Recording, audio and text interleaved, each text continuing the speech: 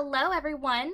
Thank you for joining us on our Cosmic Art Showcase today. I am Esper, one of the art leads of March Caprice, and I'm joined today by Daybreak, our other art lead, Hello. and Nicole, one of our lead organizers. Happy March, please! Happy March! Happy March! Cool kids say Happy March. Yeah, but it's like saying birth. Like Hap Birth. Yeah, hap birth, hap March. Hap Birth March. Today we have some stellar pieces we would love to share with you guys. So why don't we just go ahead and start by going with Mortallana's piece, and their description states, I'm an artist that goes by Mortallana on all socials, and I've had these magical girl designs in my notebook since high school, and I'm so glad to finally bring them to life. If you think a Madoka Magica AU sounds interesting, I have a ton of ideas and designs to share. I'm focusing more on content creation in this year, so I really appreciate any kind of support. Oh, look how cool this is! Oh my gosh! It's so pretty. Yeah. Gosh, I wish I was a Magica or Madoka girly, because I feel like there is like a lot of specific Madoka specificities that I'm just not picking up. But look how cool these designs are. Mm-hmm. I love how they all have like little elements from like each of the characters, either weapons or like symbols associated with them. So like Kyrie's has like a general color palette and like the little flowers from Destiny's Embrace, and then Shion's has like a little chain on the side to like mimic the one in the organization hood, and it seems like she has like the pattern that's like on her final form like mask, like just under her hood. Ooh. It's so cool. And then Nominee. Look at her. Look at how pretty she is. I love the outfit, all the frills. I love the chain as the kind of a belt to harken to like Chain of Memories. It's so pretty. And like the witch's hat. Yeah. So cool. There's so many, like, I was definitely like a magical girl, like person when I was younger. Like, I was a magical girl girly. Mainly for like Sailor Moon, and I guess it was Tokyo Mew Mew. I don't know. I just remember they were cats. And so, first of all, when are we getting a transformation sequence in KH, right? And so this is also like really cool, like just to like see this again from like a magical girl girly freaking out type thing, but also like I want to know like what are their abilities, like there's so many things. Are they holding hands? Oh, hold on. Are they all holding? Oh, no, that's just Nominee's fingers. Are they? I can't tell. No, they're not holding hands. I think that's her in the foreground and the other two in the background. Okay, I was gonna be like, oh my god, they're all holding hands. Oh gosh, so what little I know about Madoka, I could be wrong, but isn't there something about like rewriting reality to it that if that's true, like I think that really plays super well to Nominee, whose whole, power set is being a witch who kind of changes Sora's presumed reality, That's really cool if that's the case. And if I'm wrong, I'm a fake anime fan. Yeah, not giving too much away, that there are things people want to change in that show. I also love the like, not the necessarily crayon look, but the softer lines. Yeah, like the mimicking of like a drawing with like an actual like pencil or something that's like not a perfectly smooth brush. Mortallana is super good at having such soft line work and just soft artwork in their pieces. I know they did a March Caprice animatic a couple years ago that, if you haven't seen that, go watch that. It's so pretty. Plug. Plug. Do it. Stunning work all around. Alright, next up we have Ophiuchus, who writes, this is a papercraft gummy ship based on the basic ship from the first Kingdom Hearts game. This whole piece started when Ophi was trying to design a cross-stitch pattern featuring the ship and could not find a reference for the specific angle they were looking for, so they just modeled the whole ship in Blender 3D. For some reason, they were convinced this was the easiest solution to their problem. In writing this description, they're realizing that efficiency is not their strong suit. Anyway, after realizing that the pattern they wanted to make was far too much to stitch before the due date, they decided to redesign their hastily made model into a proper paper craft, that can be printed and constructed by anyone with a printer, time, patience, and a lot of glue. The quantity of glue causes Ophi to recommend not doing the whole thing in one sitting, unless you want to redesign your fingerprints as a fun side project. This is the second papercraft that Ophi has ever made, so it is far from perfect. Some adjustments have been made to the final printable while assembling this model. The printable is free and available on their Ko-fi page, and a time-lapse of the assembly of this piece can be found on their YouTube channel. They hope that anyone who wants their own has a lot of fun making it, and encourages making it with friends. Look how cool that looks! Oh. Ooh. I love that. Also, what a flex to be like, yeah, there was no particular angle, so I decided to 3D model it. It was like, okay, hello, skills. For real? Honestly. And as somebody who wants to get more into, like, physical crafts, I'm looking at this and I'm like, I want to make it. It looks so good. Well, the design is on their Ko-fi page, so we can all make it. Yay.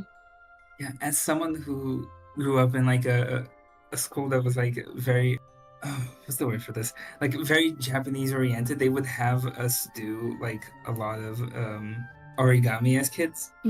And so like I love seeing like people build stuff with paper. Granted, this is like a more complex thing, but it just looks so pretty. Like it's fun seeing like these objects that we usually just see in very like pristine, like glossy 3D models be like, you know, so textured and tactile, for lack of a better word.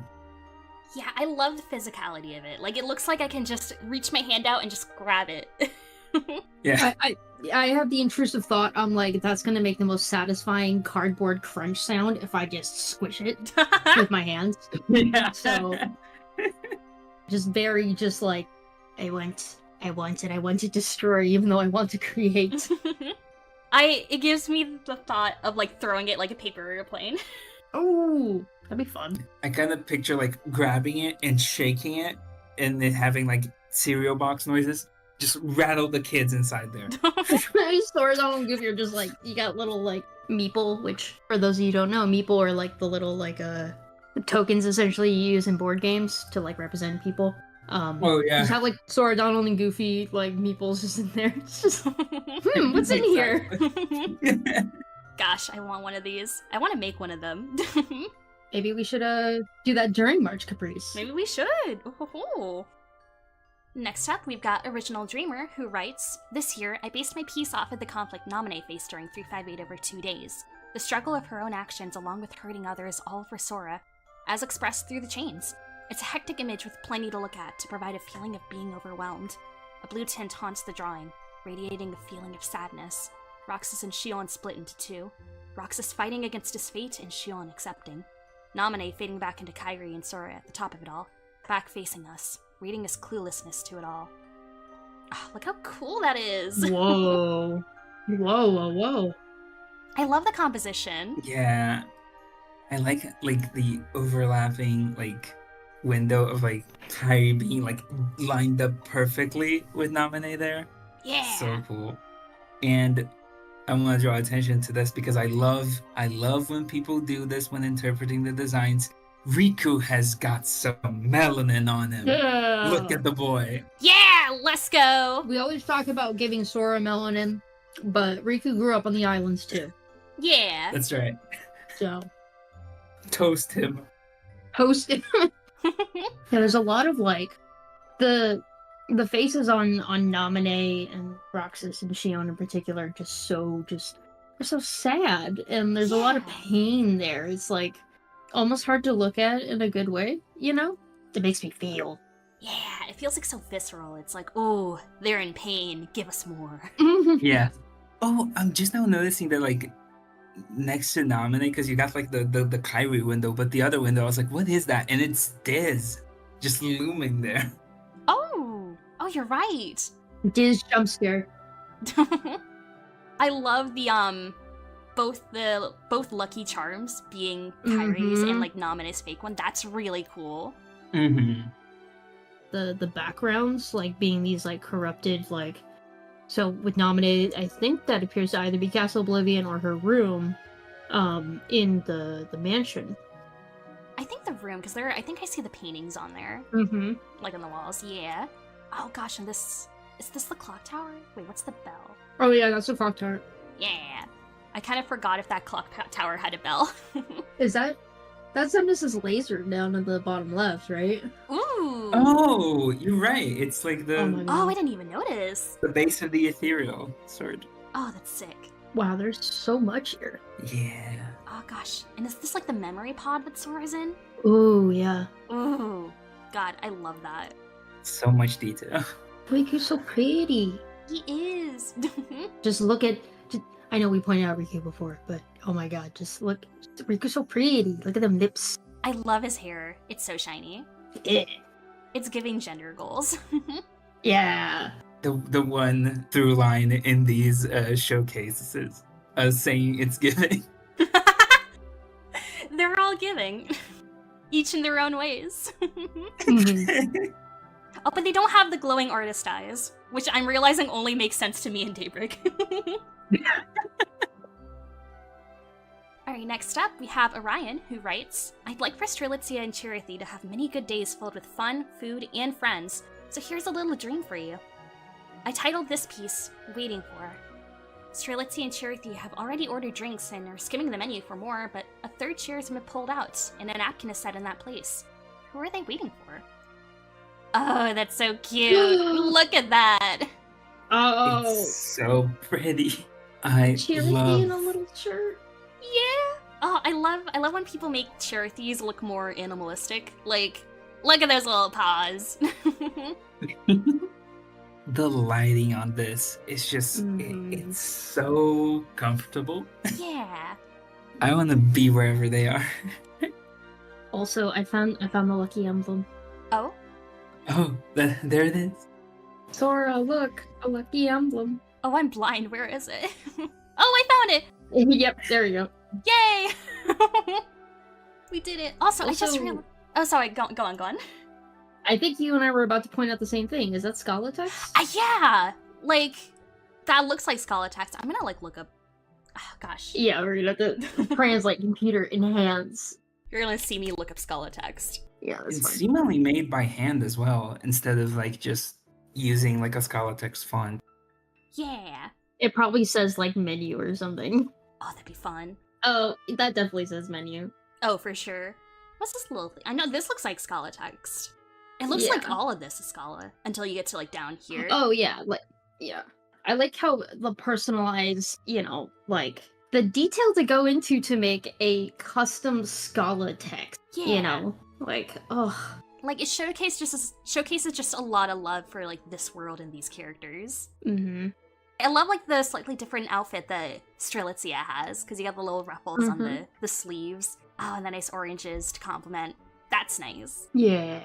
Also, their little drinks. Yeah. There's a sea salt one, I'm assuming, and then like a strawberry. Ooh.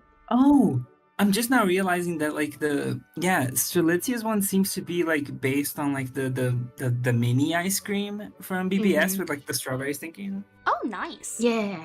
And I love these little light fixtures. Like I cannot for the life of me remember where I've seen like the shape in the game. If it's like the dream candies, I think it may be the dream candies. The string candies also Lux kind of looks like that. Lux I crystals. guess, yeah. But I love when people just like take like bits of iconography from the series that like one might not think to include and just sneak it in there. Mwah. Yeah. Oh gosh, and I just love the Daybreak, you mentioned earlier the lighting. It's so pretty. Just how the lighting like casts out from them and like you see like the little shadows here. Just such a pleasant color scheme. And the particles. Yeah! Oh, look at those particles. Look at that dust. Yeah. We love dust. Hell yeah. It really is. It's giving dust. Oh no. It's giving oh no, it's giving Thanos snapped. No. So that's what happened to who they're waiting for. How dare you? No. Oh my god. That's what happened to Player. Um, Alright, next up we have Omazorbit, who writes, Hi, I'm Dot, also known as Omazorbit, and I'm back with my annual nominee appreciation. This is probably one of my most ambitious drawings since, like I mentioned last year, backgrounds aren't something I'm super comfortable with. I've been really into Chain of Memories lately, so I decided to draw from that part of Naminé's story. I think Castle Oblivion is a really beautiful environment that contrasts so well against Naminé's design, so I wanted to focus on that contrast when planning this piece. This piece isn't as symbolism heavy as last year's because I wanted to focus on composition and texture, which I tend to struggle with.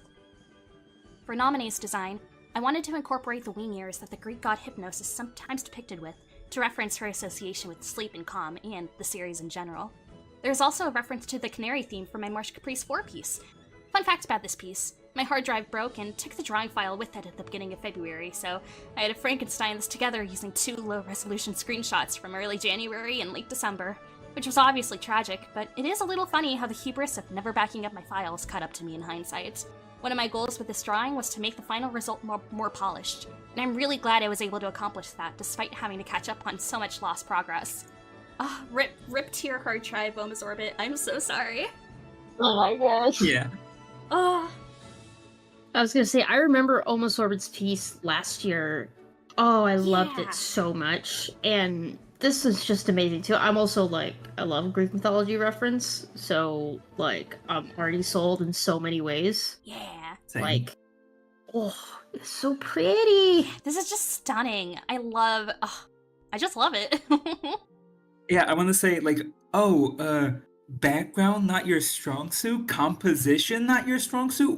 What is this? Hello? That doesn't track. This is gorgeous. Gorgeous. Beautiful. I It's can actually so- see this in a fresco, a Greek fresco, you know? Yeah. Yeah. Or is it Frieza? Frieza? No, that's the That's a Dragon Ball guy.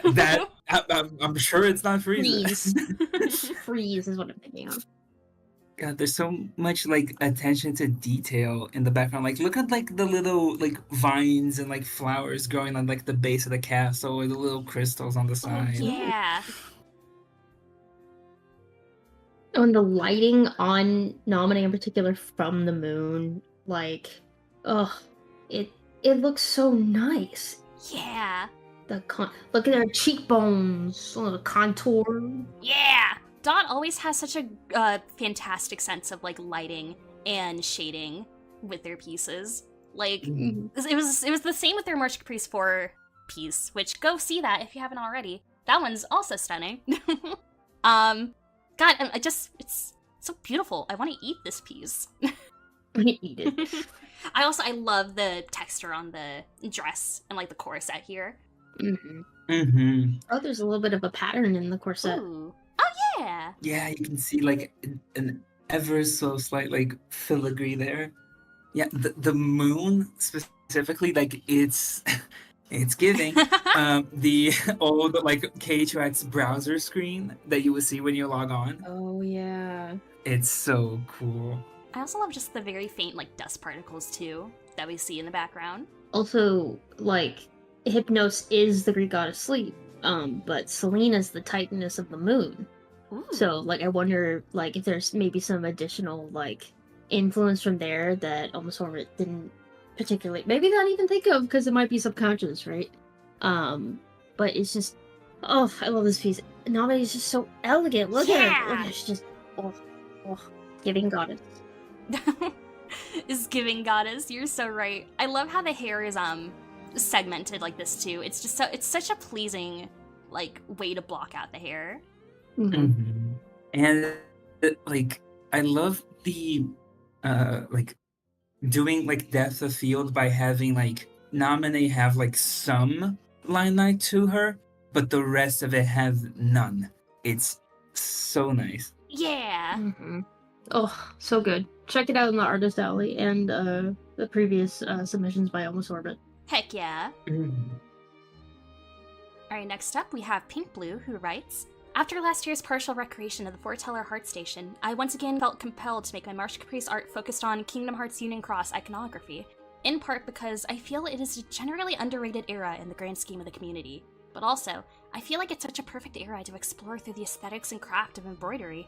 I love thinking about the journeys and livelihoods of the people of Daybreak Town being immortalized through various forms of textile and fiber artworks. In the era of Scalad Kylum, where there's a thriving community of people to remember and verbally recall tales of Ephemer's creation of their world, there are no tangible remains of what Daybreak Town once was. I love to imagine the people in Scala creating artistic interpretations of the myths and legends about the dandelions, the foretellers, and the Master of Masters. None of them have or ever will see what they looked like or what weapons they fought with, but they can study the history and engage with the stories and create art of what they imagine happened. In my head, this specific piece is an interpretation of Master Ava's Keyblade, as created by somebody in Scala. The process for this year's project was a lot more streamlined than last year, but somehow still just as intensive. My biggest challenge was in laying down the direction of the stitches in order to make sure the entire project had a cohesive, fluid flow to it. The original plan for this year was to create embroideries for all 5 foreteller keyblades, but for various personal and timekeeping reasons, I was only able to complete Ava's in full by the necessary deadline. Hopefully the others can come to fruition soon as well. This piece is stunning. I love this. I love their description that we just read. Just looking through the lens of someone in Scala, wondering about the history of the world they live in. I think that's such a fun and fascinating angle to, explore this through. Look how this is. It's so detailed. Yeah. And the fact that, out of all the foreteller keyblades, right, that you could have picked and finished, the fact that it's Ava specifically is nuts, because the design of her keyblade is so intricate, it's so swirly, it has so many gradients. I find it insane how you do that with embroidery. Yeah. Look at that. Honestly. Yeah, there's a lot, you can see the motion of the I guess the ocean and the wave pattern of her keyblade, and it's reflected here so well. I'm gagged. Honestly, gosh, gradients in a physical material like embroidery is nuts. Like how you two were saying. Mm-hmm. That's, gosh, I can't even. I can't even. She can't even. And I love how you can see, I don't know if texture is the right word here, but you can see the shape and the dents in the little handle that all the foreteller keyblades have that looks like one of those Greco-Roman pillars. Ooh. And the fact that it still retains that shape instead of just looking flat, when it's literally just tiny little strings one next to the other, is insane. Yeah, going back to the papercraft one, I'm just sitting here, I'm like, boy, should I just learn to embroider and do this, because this looks relaxing and fun, but knowing me, I would get frustrated, so I'm glad that somebody else has done it, and has done it so well. Honestly, gosh, that physical media is so good. Mm-hmm. Indeed. Give me that tangible. Gimme. I want to reach through, I want to grab it. I want Ava's embroidered keyblade. It's mine now. Yeah, when is the KH equivalent of Yoshi's Woolly World or Kirby's? I forget what it's called. I forget what the Kirby one is called, but yeah, where it's all embroidered. Yarn. Epic Yarn, thank you. Oh yeah, I would die for that. Next up, we have Poltergeist Panda, who writes, okay, I just basically heard the theme Timeless and ran for my tablet. Kept thinking whether I wanted to dig out my traditional paints or markers for old time's sake, but decided against it and went for the digital approach after all. Gotta admit, Mickey and Oswald were the plan from the start. The difficult part was figuring out what I wanted to do for them, how much detail I was gonna go for, which brushes to use. I went through way too many drafts until I stumbled over a ballpoint pen brush for another project and basically dropped all ideas I had before and just went for the good old, I was left unsupervised at work and doodled all over my papers with a pen approach. Only on my tablet, with colors. Figuring out the pressure settings was fun. Finding the symmetry tool was hilarious, actually. I kept forgetting to turn it off all the time and then had to either backspace for a handful of minutes or erase what I had done in the first place and start again. Especially those ears. I had to rework their ears so much. Mickey's and Oswald's faces were surprisingly hard to get right, but I was so proud when I had the sketch down. Symmetry tool, my dearly beloved. And then came the background, and I went and benched it for future despair until I knew where to go. Seriously considered just leaving it blank or going for a simple one-color thing, but then I forgot all about that and went all out after all. Coloring had been a whole thing where I kept jumping between flats and hatching, and in the end, hatching it was, since it fit the vibe so much better. It kept the ballpoint pen style better and made shading so much more enjoyable. Background went through 3 different drafts that were fully sketched, line arted, and colored until I dropped them and started from scratch. No, I am not saying more to that. Let's just say that the regular people that I see on my way to and from work have now learned how to cuss in at least 3 languages because the background gave me so much grief. Worth it though. I genuinely adore Mickey as King Mickey so much. And Oswald deserves a place in this franchise, and if we don't get it in canon, I guess I have to make the content myself. I just love the duality of past and present in Oswald and Mickey, the what could have been and the here and now. If anything could be timeless, it's these two. If anything could encompass the flow of time, it's these two. Also helps that Mickey is all about time and saved my sorry behind countless times with the Stopkas. Credit where credit is due. Oh, look at that. Oh my god. If you had told me that this wasn't digital, I would have believed you. So like, good work Yeah. on like finding like the right brushes and like the right way to like color and draw all this, that it looks like something that I would see like splattered on someone's like notebook in high school. Honestly. This is so beautiful. I love it so much. Like, one, using like the more like timeless river / old Mickey face for Mickey, and then of course like for Oswald, because that's like the only design of Oswald we really have now, right? Mhm. It looks so good. They look so bad. Expletive. Yeah. I love the colors that they gave Oswald's pants and shoes, like as an inverse of Mickey. That's really cool. Purple's definitely interesting. Is that an inverse? I don't know color theory. I think. It's close enough. Let me look up the color wheel. Yeah, usually it's like some variation of blue. So yeah. Yeah, purple and yellow are pretty. Okay, they're not like 1-to-1 because it's usually purple and green. I'm counting it anyway. You can call me a fake artist. You Yeah. can take away my glowing eyes. No, not the glowing eyes. Oh, and it's so powerful. This image has a presence. Yeah. Yeah. It's like the same weight I felt of like, like they'll pay for this, Yeah.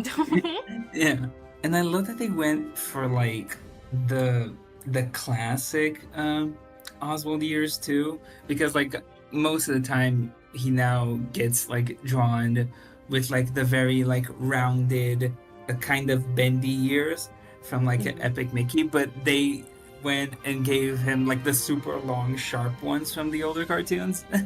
Ooh, yeah, that's a good point. Yeah. And it looks really nice.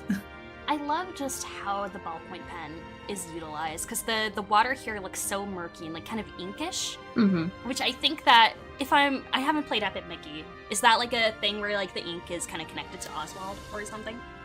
Ink, it does play a role in the game overall, not necessarily to Oswald. It's actually more associated with Mickey, ironically. Oh gosh. Yeah, like there was supposed to be like more connection to Oswald at one point, but like that was more so like first draft stuff that they then changed because they were like, oh, we don't want to make him the bad guy. I see. I can't wait to. I want this printed out on my wall. Yeah. Like, I want it. Yeah, I'm glad that I can look at it anytime on the Caprice website. For real, like we are like zooming into these. Go into the artist alley, zoom into these, look at the details. That is an order. Yeah. As decreed by Marge. Yeah, as decreed by Marge. Marge commands. I'm just like in awe of like the rocks in the background, because like how do you shade like that with just like hatching everything? Yeah. Oh, you know what? It's very like. Oh, I don't like throwing this term around, but I think in terms of like the lighting and like the ballpoint pen, it's very like Hayao Miyazaki, Studio Ghibli type of like coloring and shading. I can see that, yeah. Yeah. I love that it's lineless to where we get what we need to know. We get like what impressions. We get the lighting and shading is so strong. that. Like, that's all we need. Mhm. Mm-hmm. But yeah, I'd agree, because I know Miyazaki background, or I guess like Ghibli backgrounds in a lot of films are of a similar kind of way. Mhm. A lot of detail. Very cool. Yeah. Alright, next up we have Red Coconut, who writes, "My name is Isa. I'm from Mexico, and I have loved Kingdom Hearts ever since I spotted that mesmerizing PS2 cover artwork for the first game at my cousin's house and begged him to lend me the game. The rest is history. If I'm able to draw at my current level, and if my career ended up being a graphic product designer for VGM-related projects, it's all thanks in huge part to these silly and endearing games, and all the years of my life I spent drawing fan art of it. Fun fact, my Cage fan art was once featured by Square Enix Latin before. You can see more of my work at redcoconutstudio.com. I'm so happy to have had the time to finally contribute a piece for the event, and I cannot wait to see everyone's amazing creations. May your hearts be your guiding keys."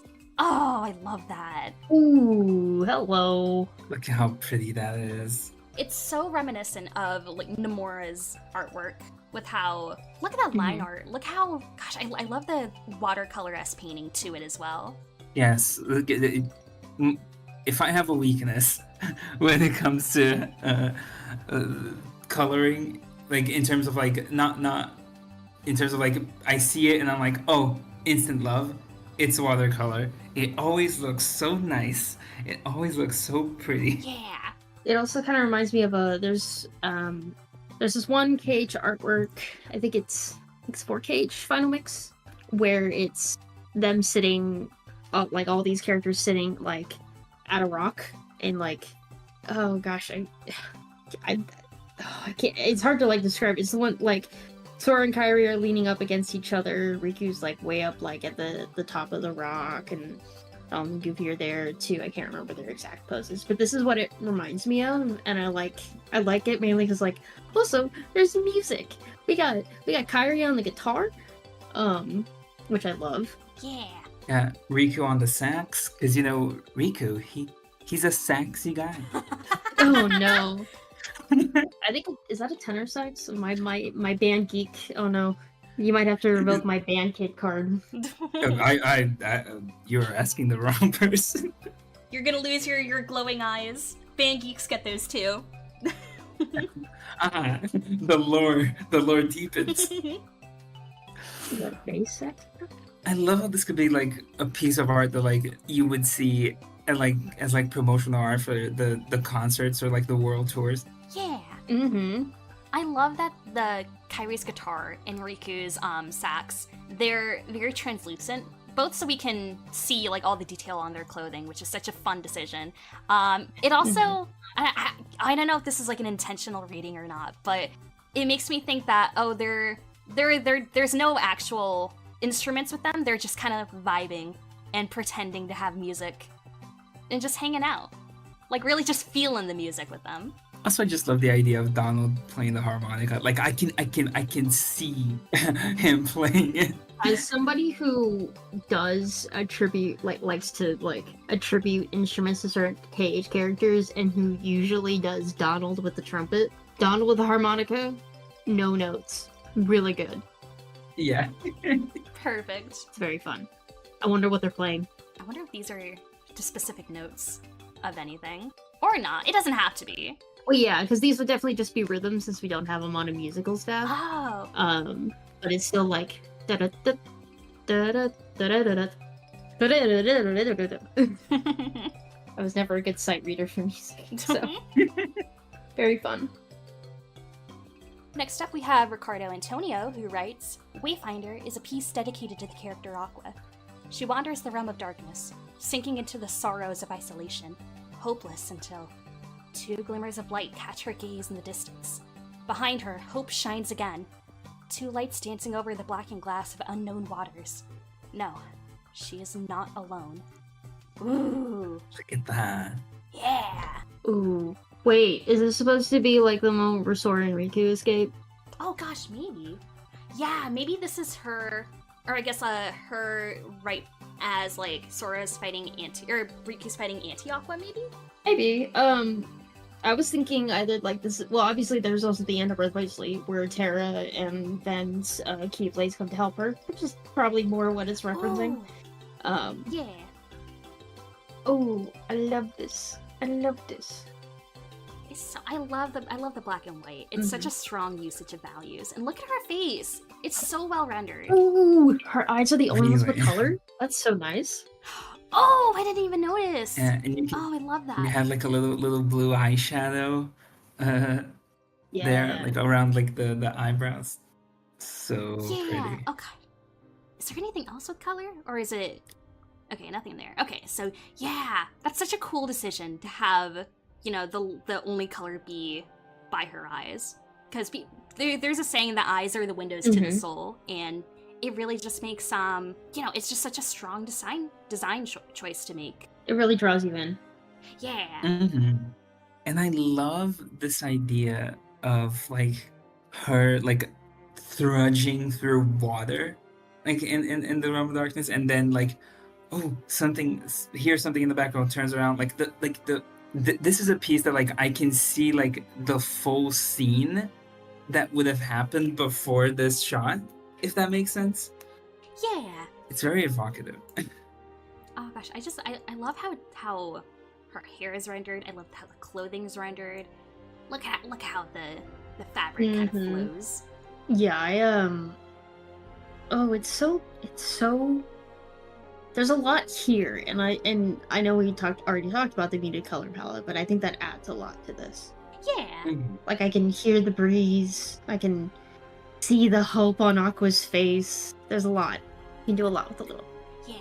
And just like framing her with like those like dark little archway rock formations that they have on the beach is such a nice choice. Yeah, some excellent composition. Next up, we have Rock Type, who writes, I was inspired by those Tekken outfit customization magazine spreads because I really like Roxas's simulation outfit. Ooh. Oh, yes. That owns. Oh. Oh yeah. Oh, I like this a lot. Oh my god. As somebody who grew up playing Tekken 2 primarily, because that's how you solve arguments with your sibling. I pick Roxas as a fighter. Yeah. Oh, the style. The style. Look at this.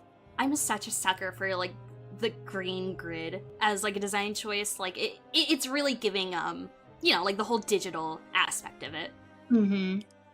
Yeah, like I don't know how I can think of like examples of this, but I feel like growing up we had like a lot of like whenever something would be like presented digitally, like a show that was more digital focused, this would be like the aesthetic of either like a transformation, or if a character was like digitally created, you would see this, right? Like the little pop-ups and like small descriptions that you can't quite make out at first until you look a little closer. And then, I can see the movement of this, like how these would like pop up on the screen and whip around. So like this really like evokes a particular tech aesthetic of like the 90s / early aughts. Yeah, it's got this style, there's aesthetic here. I love the quotes on here, both like, so there's like quotes from Days. Of course, we have the iconic looks like my summer vacation is over. For some reason, in addition to like the tech end stuff, it gives you like either Scott Pilgrim or rocket power. Ooh. I can see that. Yeah. I see it. So I like it. It's so good. I can hear the music. The little squares of the hand and like part of Roxas here. I know it's not intentional, but it really is giving Phoenix Wright Ace Attorney when like you have evidence. Oh. That's for me. That's for me alone. I love that. And like the pose is so nice too. Like I love like the perspective here, and that combined with like the expression, it just makes him look so cool. He's just looking at you like, yeah, I'm that guy. I'm the guy. He's the guy. He just beat up Cypher in the struggle tournament. Yeah, exactly. He's like, yeah, I did. I'll do it again. Gotta play as me if you wanna. I'll do it again. Very fun piece. Lovely. Mm-hmm. Alright, next up we have Sahara Infinity, who writes, I'm Zahara Infinity, a self-taught digital artist who loves making fan art of things I like, especially Kingdom Hearts. A lot of my inspiration comes from being able to tell a story the same way I would with words, but with a single image. When it comes to Kingdom Hearts specifically, I've spent a lot of time thinking about how to convey different ideas found within the story we already know so well. Right now, a lot of my thoughts revolve around the future of Kingdom Hearts, and all of the possibilities that could happen. For this piece specifically, I thought of some of the characters I'm excited to see more of in the series: Sora, Yozora, and Naminé. Sora and Yozora being seen more in future Kingdom Hearts games is a given, but the big mystery we were left with after Kingdom Hearts 3 Remind is bound to throw us through multiple loops as the story goes on. Regardless, Yozora's story is something I'm super excited to learn about. Same with Sora, our lovable main character. While we already know so much about him at this point, Sora is a character that keeps on giving and still has secrets that I, personally, am eager to reveal. Finally, Naminé. Naminé is one of my favorite characters in all of Kingdom Hearts and has so much potential with her powers. We see at the end of Kingdom Hearts 3 and in Remind just how much she's able to do. What else is she capable of? While I know her powers are related to her drawings, I cannot get the idea of her and the Strings of Fate out of my head. I don't think the possibility is too high, but seeing more of Naminé in the future, especially in a bigger role, is a big hope of mine. Ooh. Look at that. Look at that composition. It's giving a movie poster. Yeah, very much. Oh, yeah. Or I don't know why this reminds me of some sort of anime too. Ooh. Oh yeah, this feels very anime movie. Non-derogatory. We're not saying that as a negative, just to let people know. Yeah, / positive all the way. Oh yeah. And I love we were talking about this with some of the other pieces too, but I love this almost collage feel to the background. You see it in the buildings. Yeah. Yeah, it's so nice. And Naminé looks with the hands, it's so eerie. It's giving Scarlet Witch hands. Oh, I think that's what I'm thinking of, actually. It is very Scarlet Witch, which is, ironic considering Naminé's moniker being a witch a lot, Yeah. Right. So, and I know that there's been a lot of people who believe that Naminé will have, more of a starring role for, Sora's return, or trying to save Sora, right? And so I love how that's interpreted in so many different ways. Mm-hmm. Yeah. Yozora looks a little sad or concerned. Yeah. It's what's going on, buddy? You're trying to save Sora. I mean, he's right there. Is that not Sora? Yozora? What are you trying to do, Yozora? Where's Sora? I can't get over the hands. That is such a complex hand pose that it feels like it must have been a nightmare for Zahara to get right. But, by God, does she get it right? Look how cool that is. Oh, yeah. Right? And I also love the little detail of having the ice formations on Sora, and then the more intricate they get, the more they start to envelop him, conveying that through just quote unquote adding more polygons to it, right? Yeah. Oh, I love the glow to it as well. Mm-hmm. Yeah, it's so pretty. Lovely. Next up, we have Sammy Fire, who writes, I got a brilliant idea for a feature video, but it may take a while to create due to many secret stories. Instead, I made the art to share my feature story of Untold Kingdom Hearts. Look how pretty that is. Ooh, Yes. Oh, that's so cute. it's the fox. Yeah. Aw, and Sora's petting it, the little fox. That's so cute. Ooh. I love this almost lineless style for Sora and the Dream Eaters. Mm-hmm. And then this fox has line work. Yeah, that's interesting. Who are you, little fox? What is your purpose? What are you doing? Please canonize the Sammy Fire Fox logo as a Dream Eater. Yeah. It's happening now. Ooh. Yeah. I would love to see that. I'm obsessed with the shading style. It's such a nice detail to have it the piece itself have no line art, but it being so well shaded as to still give it a slightly 3D feel. Yeah. Gosh, especially the prickle mane. That Right. shading is just so good. All the shading here is so good, but I'm oh my god, these little spikes. That must have taken forever to get right. Mm-hmm. And it came out so well. Yeah, that and Sora's hair are both like I feel like I can grab them. I feel like I can I can pull those and they will stretch. I'm just so enamored by the fox. Yeah, I love the sparkles. The little toesies just come to a point. Yeah. It is very warm. Like the whole piece is very warm. Mm-hmm. And I like how they can like just through like the lighting and like one piece of iconography from the world, they convey like the feeling of Traverse Town without like necessarily like drawing like the entire first district. You just put like the biggest sign that you can always see and like the sort of warm glow that you usually get from it, and boom, instant, you know where you are. Yeah. Ah, lovely. Mm-hmm.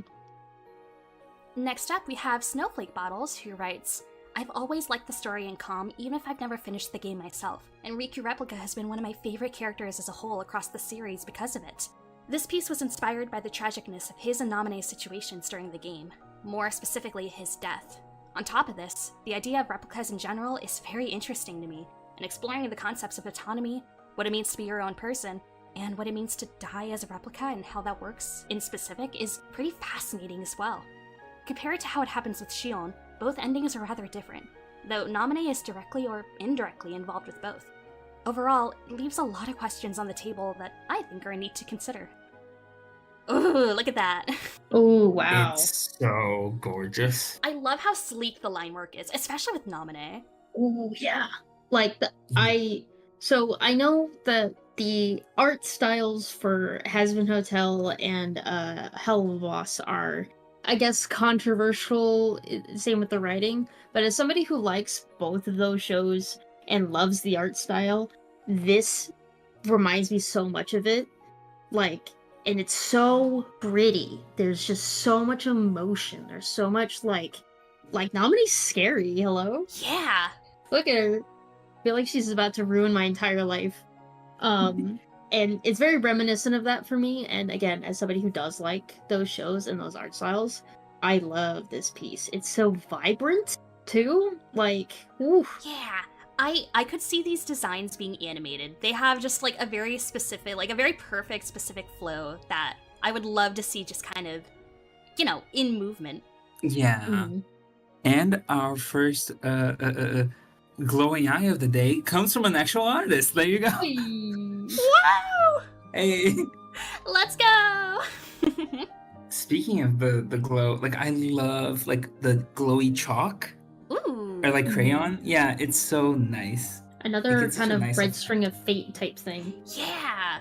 Oh gosh, and the way it's like, the moment in Chain of Memories where she kind of lobotomizes Replica Riku. And I think Right. I think like that being portrayed in this moment by, the red lines being almost like a shock sort of Mm-hmm. Mhm. like effect. And then ooh, look at that.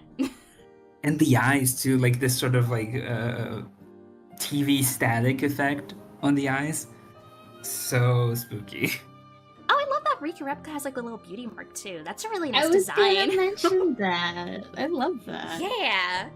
Also, just the claws. There's just, the detail on the outfit, like how long, like Riku Replica's hair is, too. Like the little details of this just make it all the more like so. I can't even find the right word. It's so good. It's lovely. Mm-hmm. And I love like the background for this as well. Like both on Riku with like the blue glow and the stars, but like in like even further like with the like Marluxia's presence being felt through the background with like all the petals and the roses. By the way, the roses are very it's giving. It's giving. It's giving. Revolutionary Girl Athena. Just saying. Really love the background. God, it's so lovely. It's lovely. It's lovely and terrifying. Sign me up. Print it out on my wall. Yeah.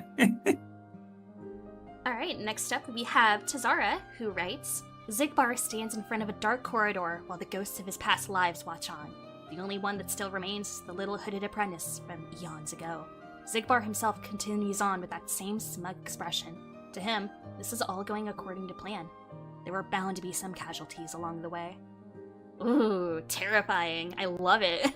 I love that we've embraced Sigbar as the eldritch, weird abomination, cryptid demon, whatever that he is. Yeah. I love how the background kind of like frames all the characters in like this like bat shape. It's so spooky. Yeah. Also, it's very interesting to include Brain there, since Brain as a vessel is still up in the air. It's not something we know about. And I know there's like a huge implication from a lot of people that, Brain was probably used as a vessel, which I'm kind of also in that camp. So his inclusion here is also very interesting. Also interesting, and I don't know if this is just the way that each one was given their particular color, but it looks like Brain's the only one with like purple eyes, although Bragi looks like he has kind of red, so. Oh, yeah. Reddish yellow.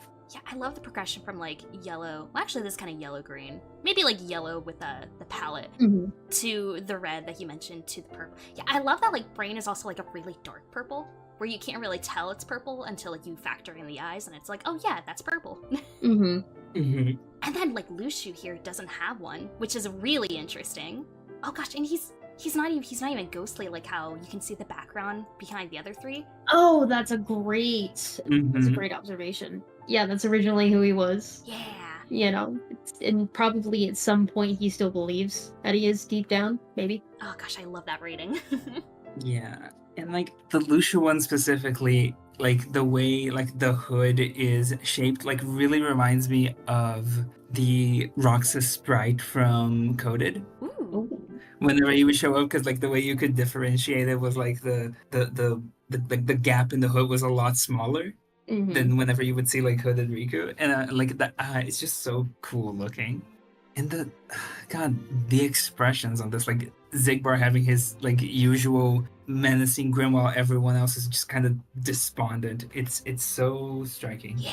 Makes me wonder, like, does Zigbar hear the voices and the personalities of the people that he's pretended to be? Oh gosh, that'd be terrifying, but I'd love it if that were the case. I like the idea of Zigbar as terrifying. Yeah. Lovely. Alright, next up we have Trinity Chaos, who writes, "This illustration's key idea was Riku in thought while he held Braveheart in his hands. Before I could draw a seated Riku, I had to get some real-life photo references, so I used myself and my official Keyblade as a model and prop. Even after I made the layout sketch, I still relied on those photos and a few data grading screenshots of Riku to draw on the finer details such as his hair and the clothing folds. I hope I've captured Riku's mindfulness, along with paying homage to quiet moments in classic anime." Ooh, look at that. Ooh, interesting. Oh, it's so nice. Yeah, I love... This looks like it's a physical and scanned in. Ooh, yeah. And if it's not, it's incredibly well done digitally to make it seem that way. Yeah. Ah, gosh, I love like I love the ink work. I love like the pen work on all of this. And like even the coloring on like the hilt of Braveheart, it's like it's so nice. It's so like, because it's pencil, you get like that texture, but it's so even. I love when people manage to keep like consistency with their like. I'm trying to think of a word that isn't stroke. A stroke you associate more with like brush, but like with the scratching, for lack of a better word. Oh, like the hatching, or I don't know if this is hatching, but no, not hatching, but like the just the movement you would make with a pencil when drawing. Oh yeah, is what I'm saying. Yeah, I gotcha. Oh gosh, I know I don't know the word I'm sure there's a word for it, but I can't think of it either.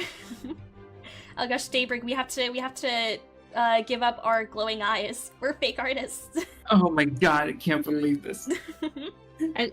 What I also like about this is that, like, since we don't see the moment where Riku gets his new Keyblade, and it's not like the emotional moment that I think a lot of us were hoping it would be, because it just kind of happens, right? To kind of reflect on that moment and what it might mean for Riku to have a new Keyblade and what it means to wield it, like, looks very lost in thought, and I love how much that reflects this moment that we don't see at all. So yeah. I love the specific choice to make where we only see like the hilt to Braveheart, enough to know that this is Braveheart, but the focus is all on Riku and how, he's looking down at Braveheart. And I love the little detail that you can see, like just the beginning of bandages. on his arm. Ooh, you're right. Whether it's just like because he does that or because it's like still the healing wrist from 2. That's so good. Ooh, yeah. Little things. Lovely. Next up, we have U23 Arts piece, as we can see here. Ooh, look at that. Oh yeah, KH4 with what was it? So I see Yuzora, and Is that Luxord?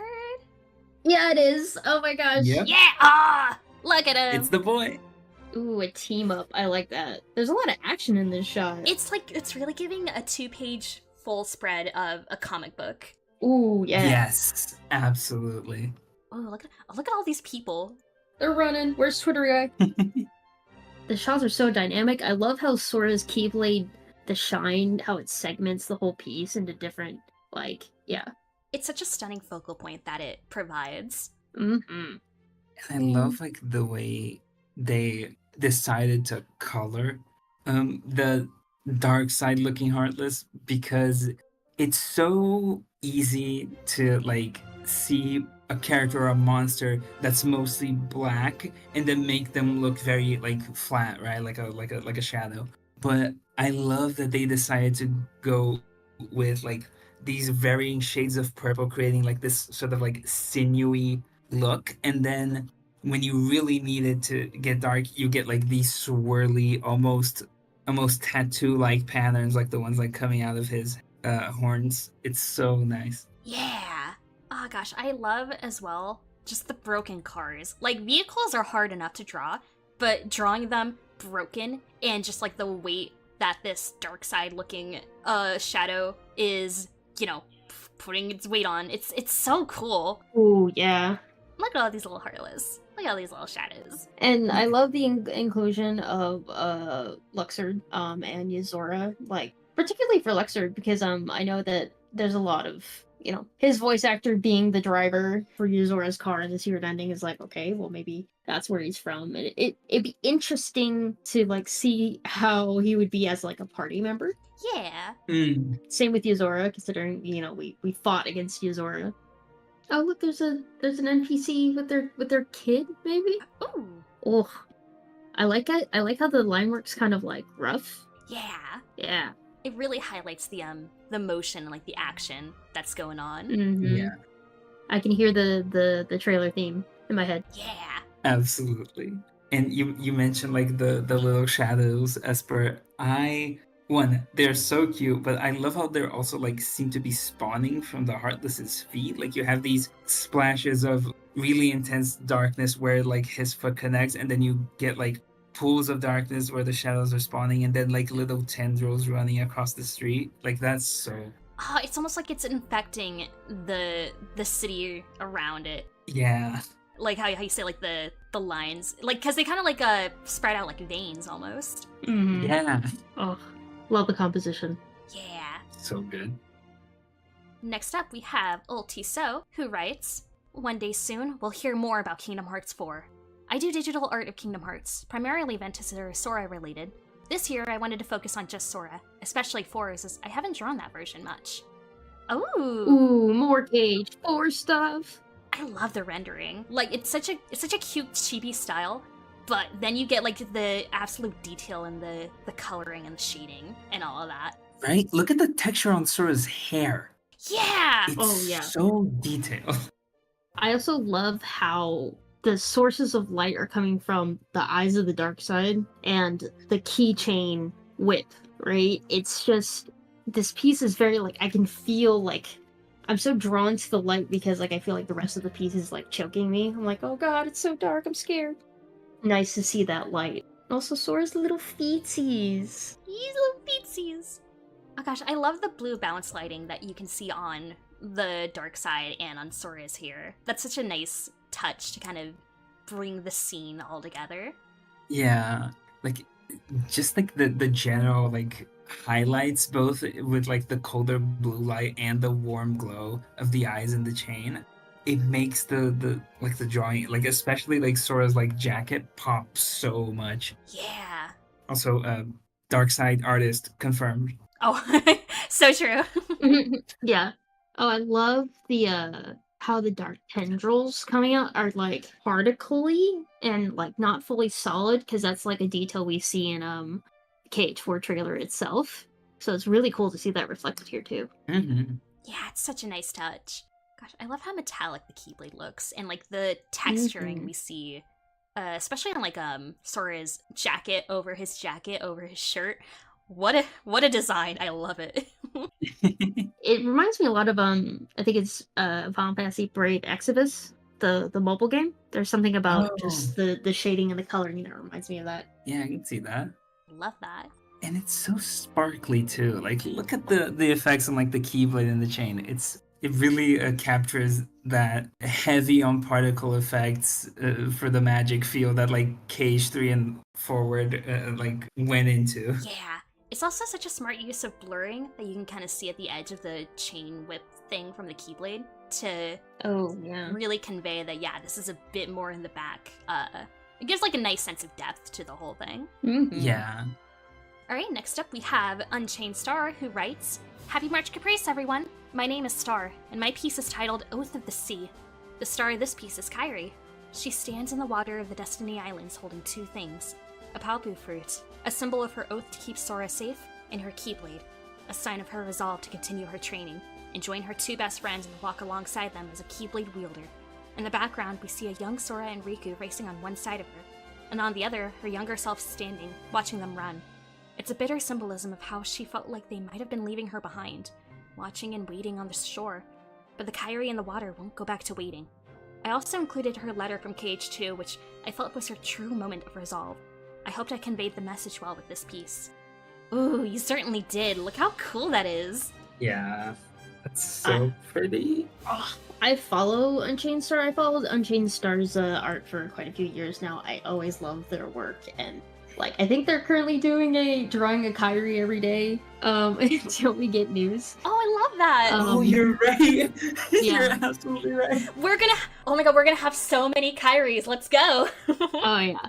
And so like I just love seeing more Kairi art. Like I also love Kairi and still need to get my Kairi thing done. But it's just Kairi has such a quiet sadness to her from, a lot regarding like being left behind. And I feel like this captured this so much. Like I'm ready. I'm like, yeah, girl, go. Run. Don't be sad.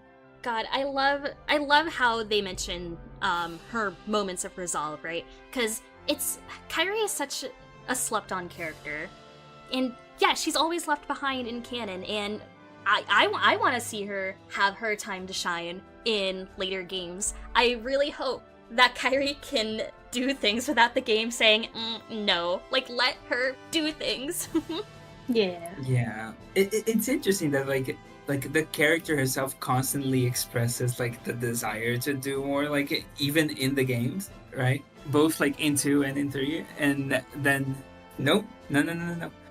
But this feeds us. We can count on Unchained Star to give us the Kairi content we want. Yeah, Kairi content we need, dare I say. Yes. Yes. that's right.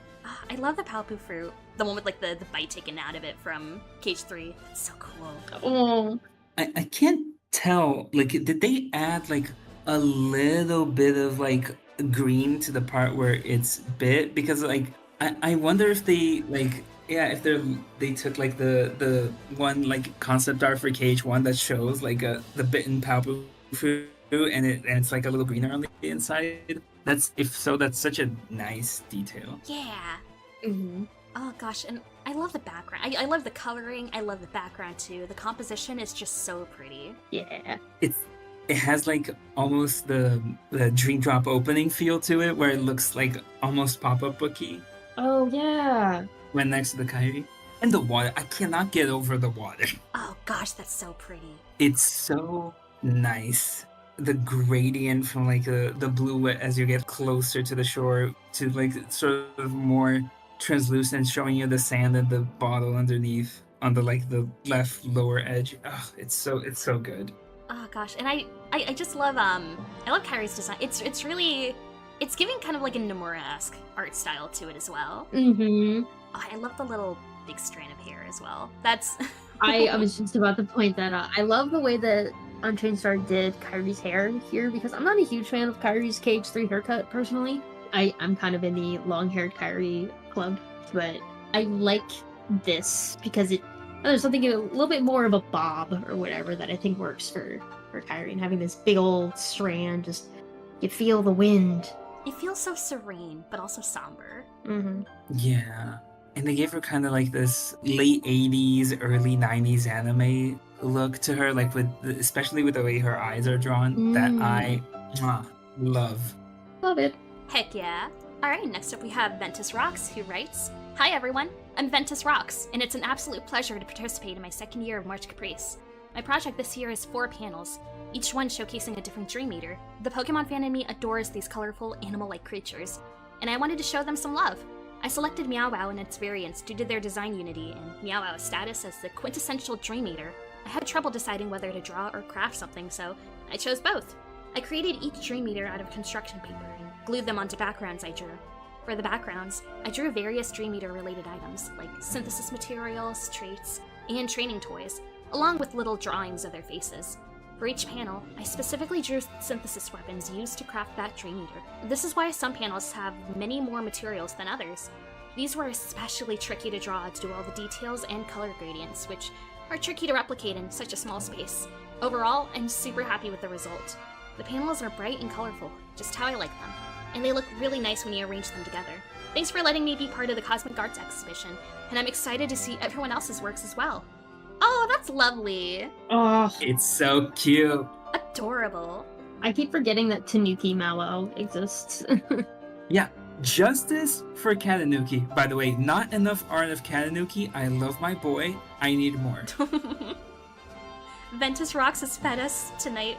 Look how cute this all is. That's right. Yeah, it's again like another since like a paper crafty, right? It's like, oh, I wanna it seems like I can make like a collage to make the Dream Eaters. I feel like I can kind of like look for different pieces and be like, I want to make this. This is what kind of like gives these like very, really fun arts and crafts. I also love how the blue Meow Wow looks like they're holding ice cream. Oh, that's so cute. Yeah. And I love, speaking on that, I love the choice of the little background icons on each one of them. Because I think they all are specific to their respective ones, if I'm not mistaken. Yeah. Mm-hmm. Yeah, it just reminds me that I just I don't play with my Dream Eaters enough. Oh god, I left mine on my 3DS 10 years ago. Oh no! Oh no! They're fine, right? I'm sure they're fine. They're fine. It's fine, it's fine. And like for something that is like handmade, they render all of the assets related to the Dream Eater so well, because like Dream Drop specifically with the crafting materials and like the figments, I think is what they call them in the game. I forget. Yeah, figments, fantasies, or whatever. They're so like, for lack of a better word, like bubbly. They have like a little sheen to them. They have like so many. They have such a glossy quality. Glossy. That's the right word.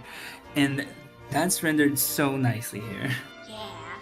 Oh gosh, it's going back to the fact that it's all physical. You know, having to do like some like all the very detailed lighting on some of these that like need that lighting multiple times is just so wild. Like I love that. Also, like I want this in a coloring book. Yeah. I want to color them. I want to make them wacky. Wacky colors. Like, I want to do the Katanuki, but, like, fall colors. Oh, that'd be so fun. Ooh, that'd be pretty. We should come out with a page coloring book. Come on, Square. Get Ventus Rocks on the phone. Come on, Square. That's right. Enough chairs that no one can buy. And then, like, perfumes or whatever Square is doing for my coloring book now. I want to know what Katanuki smells like. I just want to bring attention to like the tiny little versions of each of them that you can see like in the background. I just love the little faces. Oh, tag yourself. I'm the little Meowjesty face. I'm the regular one because I feel dead. Aw. Oh my god. Which one are you, Daybreak? Oh, Katanuki for sure. It's got the little leaf. It's all me. Alright, I'm a fake fan. What's the name of this one? Well, where are you pointing? I can't see your screen. I'm on the pink one. Pink one. I can't Oh, remember. Flower Meow. Flaubermeow. Alright, that makes everyone in chat watching this. Flaubermeow, Flaubermeow, Flaubermeow. There you go. You've been kin assigned all of these very lovely, very cute little meow wow variants. That's right. Next up, we have Zerain, who writes, "Hi, I'm Zerain, and this is my 4th year participating in March Caprice. In previous years, I went bold with large, complicated drawings with several different people interacting. But this year, I decided to go simpler with a cozier scene, especially when this year's theme is time. Kingdom Hearts Union Cross has my heart, no pun intended, out of all the games in the series. I'd gotten into the series after Kingdom Hearts 3, and Union Cross was the first game I could follow along without its ending known. I felt involved with the plotline, I could theorize, and was where I created my username for the first time for my player character. I was devastated when I found out that the game was stopping, and even more so when the story's conclusion was reached. I really wanted to convey this feeling in my art. A comforting scene, alive with people, but with a lot of meaning underneath, tinged with sadness. And what better than to draw a scene around the Fountain Square, where so many key scenes have occurred. Strelitzia is holding a dandelion, floating away, lost, since she was the lost dandelion that never made it to the digital version of Daybreak Town. She's surrounded by Lorium, whose main goal was to find out what happened to her and was the closest to her, and Ventus, who caused her sadness. He's half closing his eyes, also hinting towards the 10 years he was asleep after the events of Birth by Sleep, surrounded by water and stone, aqua and terra. The fountain's inscription reads, Futurum est tum capere, translated from Latin as, Future is yours to grasp, a theme that is poignant throughout the game. But also, Future est, which is around Ventus, means it is the future, which hints that no matter what they do, they would follow what the Book of Prophecies foretold. Ephemer and Scold are near the center of the image since they were central to what happened, and Brain is off to the side, observing, almost separate to the main group. I also snuck in my player character, Zerain, behind the fountain, mostly obscured beside the fountain. Water is like a mirror, reflecting who they want to be, and whatever way the player wants them to look, as well as being a lifeline. The player character saved a lot of people without anyone knowing, and so I reflected that where she's drawn. Center, but hidden. It took about 25 hours to complete, mostly due to the complicated background. I don't have a stylus for my phone, so it's difficult with my fingers, but I had a lot of fun with it. Try and spot the lucky emblem. Happy March Caprice! Ah, look how cool that is. Wow, that's so nice. Right. Yeah. Ben looks chill. Heck yeah. Yeah, he got the sleepy eye. I love all the design details that she mentioned in her description, where it's like, oh yeah, the Latin here, characters wear their position, just all the intentionality behind it all. It's so cool. Mm-hmm. And I wouldn't have noticed like the text on the fountain had she not mentioned it on the description. Like that is such a nice detail. Where's that? Are you looking for the hidden Vicky? I am, yeah. I am looking for the I am also looking at the hidden Vicky.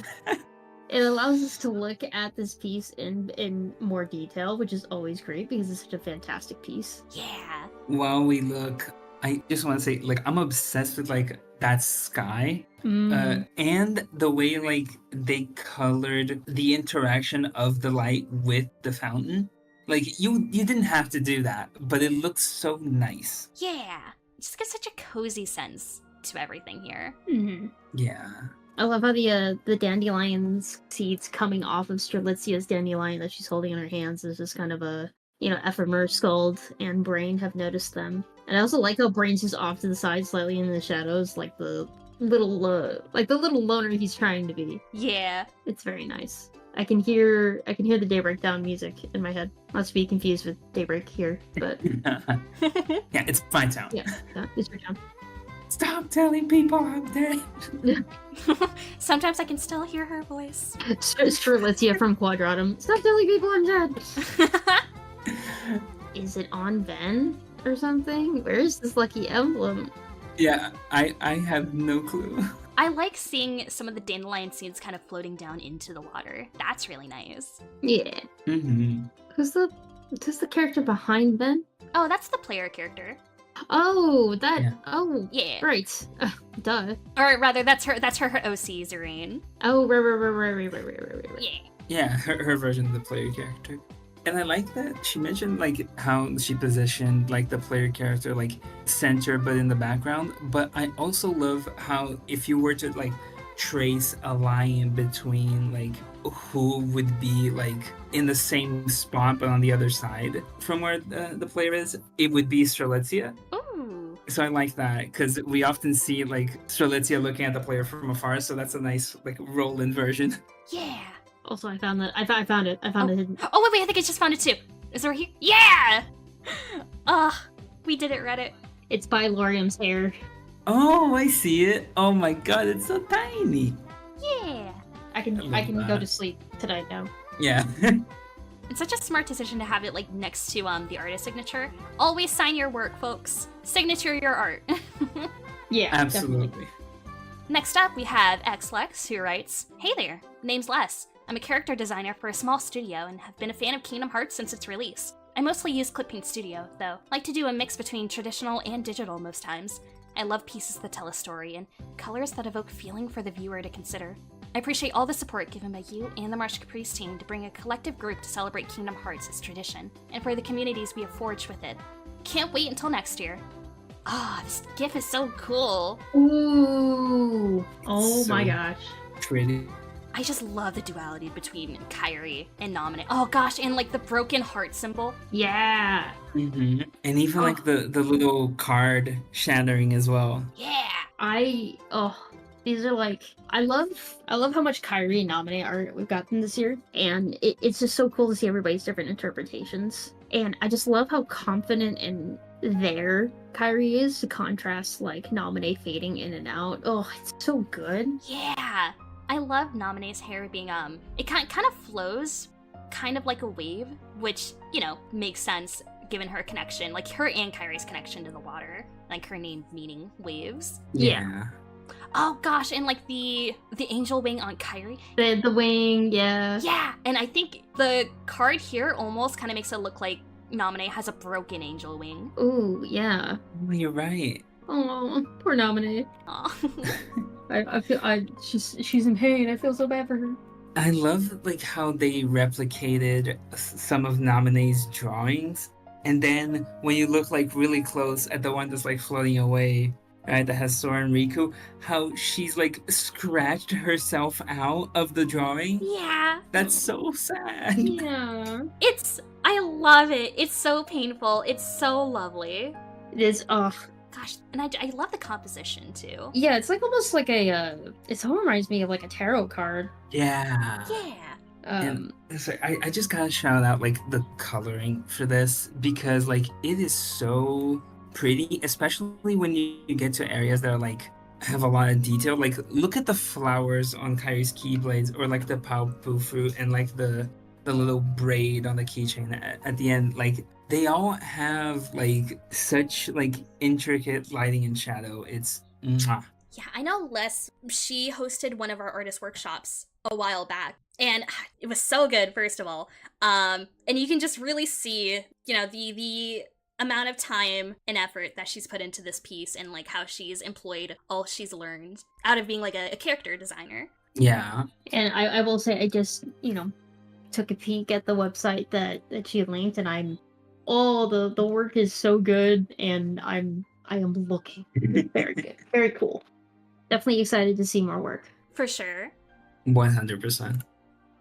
Alright, next up we have Zani Art, who writes, "Hello, Zani here. So glad to participate again for a 5th time.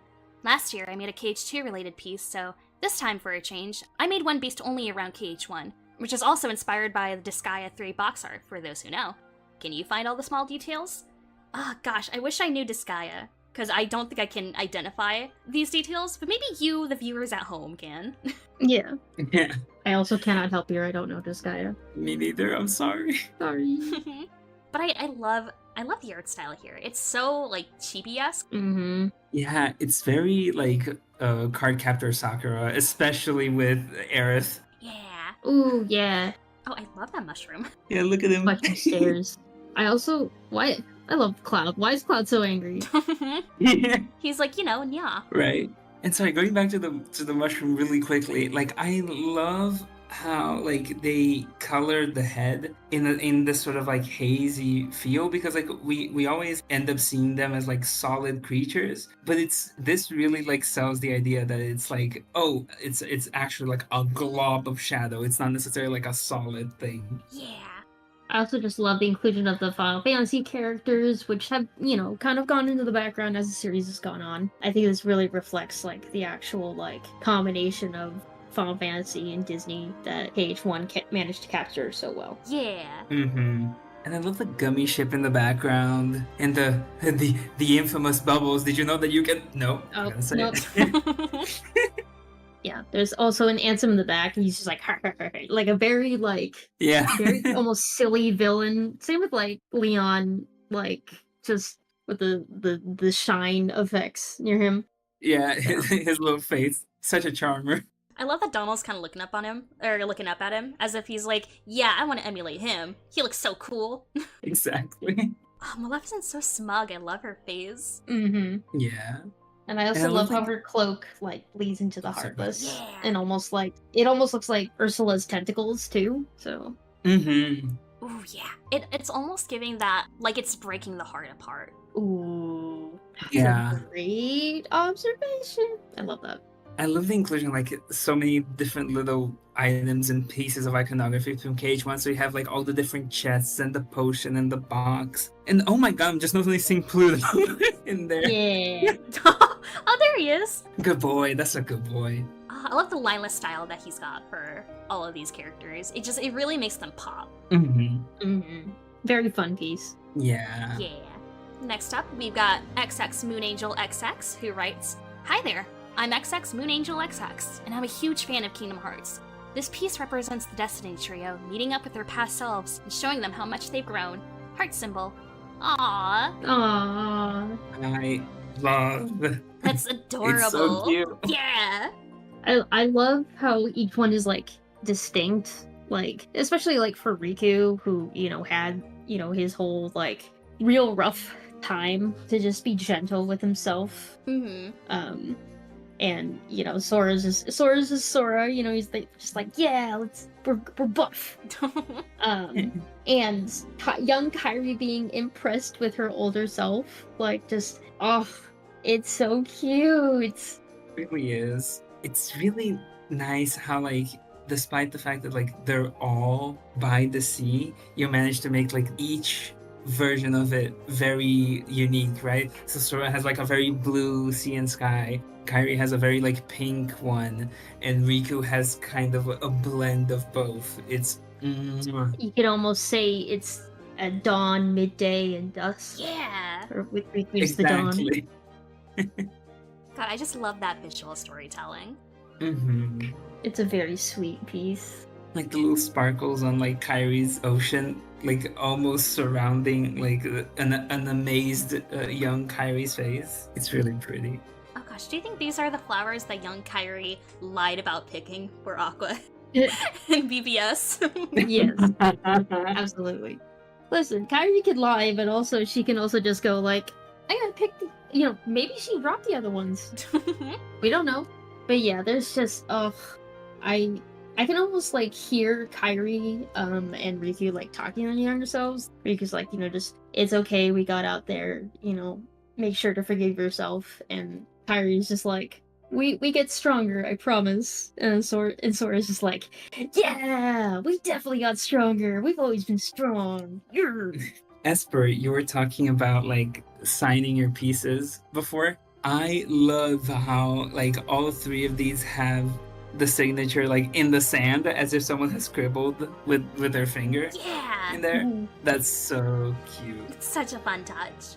I just love the lighting between all of these. Like, they really evoke the respective moods of each scene. Mm-hmm. Mm-hmm. Great piece. Lovely. Wonderful. And with that, we've come to the end of our session of the Cosmic Arts Showcase. Thank you all so much for watching. Be sure to check out all of these pieces on our Artist Alley over on the March Caprice website. And with all that said, happy March Caprice! Happy March Caprice! Happy March Caprice!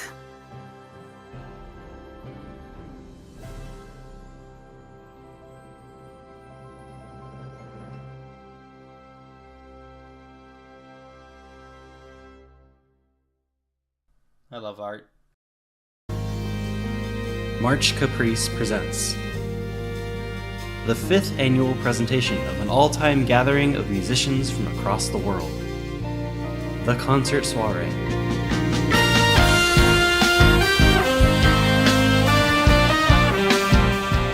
The most incredible musical fantasy ever is back.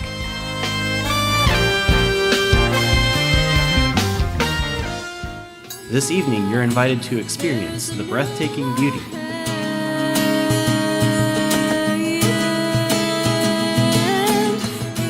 the wonderful adventure,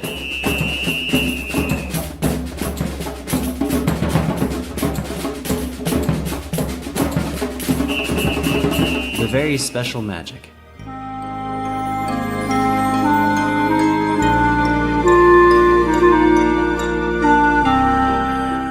And the electrifying power.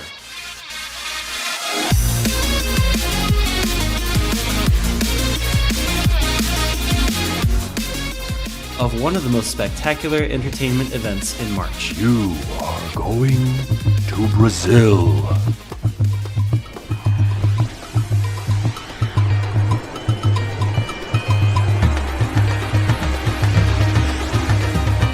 It's a concert you will never forget. This calls for a celebration. It's the 5th annual Concert Soiree for March Caprice, a spectacular sonic showcase. March 29th and 30th. You'll only have till midnight.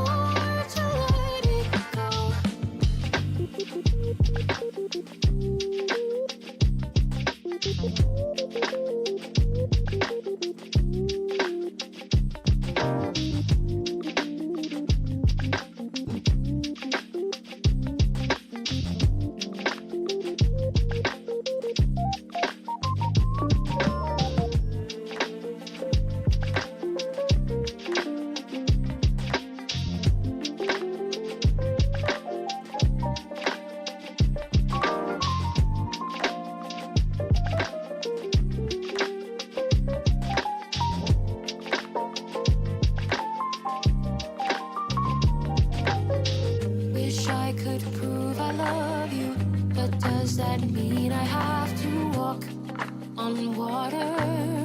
When we are older, you'll understand it's enough when I say so. And maybe some things are that simple. You walk away, you don't hear me say, please. Oh, baby, don't go. Simple and clean is the way that you're making me feel tonight. It's hard to let it go. You walk away, you don't hear me say, please. Oh,